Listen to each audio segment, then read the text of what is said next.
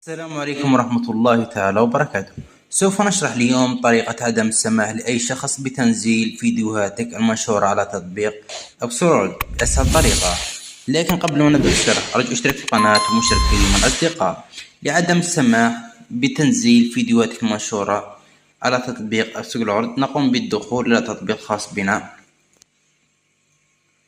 فتظهر هذه الواجهة الخاصة بتطبيق.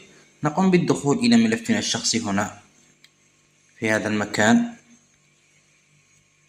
ثم تظهر هذه الواجهة. نقوم بالضغط على خيار الإعدادات، نجد خيار الإعدادات نقوم بالدخول إليه، ثم تظهر مجموعة من الخيارات. نقوم بالصعود فنجد خيار الوسائط،